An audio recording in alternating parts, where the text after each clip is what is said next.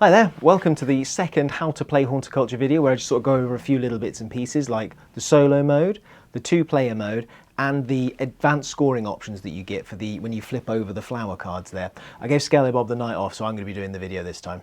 See you in a bit. Hello and welcome to the Haunticulture How to Play second video. In this one I'm just going to go over three extra little elements of the game. So how the two-player variant works, how the solo mode works, and also go through the advanced scoring options that you can do with the flowers to sort of add some variability to your game. So first thing I'm going to go through is the two-player version of the game. So to make sure that the game sort of operates exactly as you would in a normal game of Haunticulture in 3 or 4 players, you set up as if you were doing a 3-player game, but the third player is going to be powered by an AI deck. Now that's simply to make sure that when each player's played 3 cards into the grid, there's another thing adding 3 extra cards there. So you've got 3, 6 and 9 cards all together going in, and you end up with this grid full and the game plays as normal. Now obviously a dummy player is going to be a bit of a pain in the bottom, so we've deliberately designed it to be as simple as and intuitive as possible and as unintrusive as possible. So all you have to do is during its turn is flip over the card on this deck, and that's the position that it will place its card. So you take its deck, shuffle, shuffle, shuffle, put it face down, start play as normal. So let's say blue goes there, let's say red goes here, yellow, we're going to figure out where its position is. It wants to go into position 7, so you just flip over the top card of its deck, and there you go, it places a zombie down there. So it always goes last in the round as well, so it's not going to get in the way of the other players, and it's just going to make sure that these numbers still make sense. Now, if the AI just so happens to win a particular row or column, the AI deck will also tell you what token it will take. So let's say we take this one here, it says it's going to take the one on the left there. So it's going to grab the blood orange, and that will just go to its base. It doesn't actually build its garden either. All you do is sort of pile your tokens on there and just leave it. Apart from that, it works just like every other player. And that's the two-player variant. So for the solo mode, we again wanted to make sure that we simulated as much of the Haunticulture experience as possible that you would see in the 2, 3 and 4 player game. We don't want to end up with a game with sort of gimmicky rules or weird things happening that makes it not feel like a game of Haunticulture. So instead for the solo mode, rather than using the AI deck to sort of power the second and third player, the preferred way to play is you will set up as if it was a 3-player game, and you will play each of these hands as if they were a separate player or a separate entity. So you'll be buying cards for them, you'll be playing cards into the grid here and grabbing the different tokens and building these 3 gardens. Now, what you do at the beginning of the game is choose whether you want to play the easy version, the intermediate version or the hard version of the game. It's entirely up to you which one you want to do. And what you will do then is go through an entire game as you would normally, a 4-player game, building each of these gardens, and depending on which level you've chosen will dictate how well you score based on this solo mode scoring chart found in the rulebook.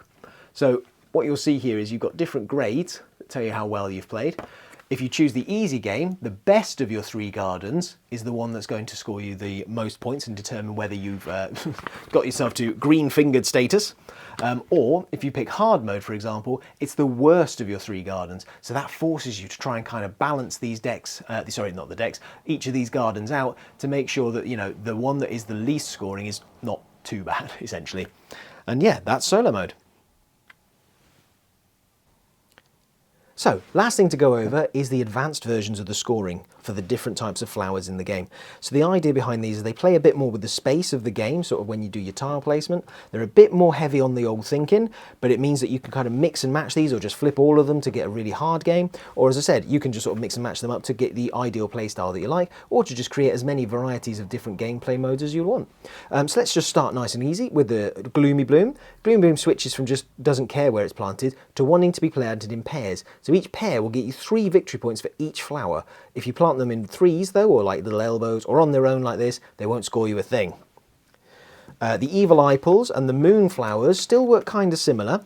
What you've got to do is grow them in a pattern. So you have to choose like a spot, which would be like a flower and ornament, which is this sort of represented by this little grey icon in the middle, and then plant your Evil Eye Pulls or your Moonflowers around them to try and score extra points. And the more that you get in that pattern, the more points each is worth. So you can see here, an eye pull on its own is worth 1, but if you get 2 in this pattern, you end up with 2 each, etc, etc. And again, they retain the sort of, this one likes to grow orthogonally, this one here likes to grow in diagonals. Oops, sorry, jogged the microphone there. Next one is the blood orange, which switches completely from wanting to be surrounded by unique things to wanting to be on its own. So now for every gap of space around this one, it's worth 1 extra victory point. The snapweed is probably the most interesting. Instead of losing you 3 victory points, what it will actually do is it will snap up one of your other flowers, but itself is worth now 5 victory points instead. So it might be worth actually grabbing some of these if you've got some lone moonflowers sitting around that aren't actually scoring you that many points. And the last one is the pumpkin. So switching over from patch scoring to just kind of being around in sort of a balancing act within the game. So 1 pumpkin in your garden is going to be worth 6 victory points. If you have 2 in your garden, they suddenly become worth 5 each, but obviously that's now 10 victory points total. And as you go through, the more pumpkins you get, the lower their score gets, till you get to 6 pumpkins down here, which means they're only worth 1 victory point each. So, you know, it's all about balancing out your scoring with those. There we go. And that's the advanced scoring options. Oh, let's just flip those 2 over. Hope you've enjoyed this video, and if you've got any questions, please comment below. Thank you.